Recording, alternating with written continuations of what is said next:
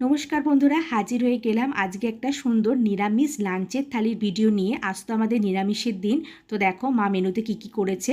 প্রথমেই মা থালার মধ্যে দিয়ে দিয়েছে বাটি চাপা গরম ভাত, এরপর দিয়েছে উচ্ছে ভাজা রিং রিং করে কেটে নুন হলুদ দিয়ে ভেজেছে। এরপর ছিল পটল ভাজা, তো পটল ভাজার গাগুলো একটু চিড়ে চিড়ে নিয়ে নুন হলুদ দিয়ে মেখেই ভেজেছে।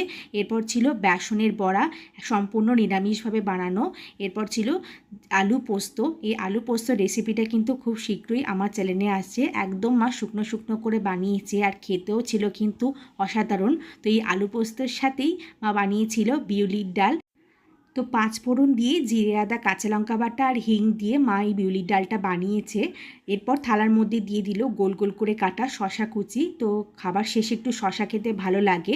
আর ছিল এক টুকরো লেবু, কারণ বিউলির ডাল আলু পোস্ত আছে, লেবু দিয়ে খেতে কিন্তু দারুণ লাগে। তো কেমন লাগলো আজকে লাঞ্চ থালির ভিডিওটা কমেন্ট করে জানিও। ধন্যবাদ।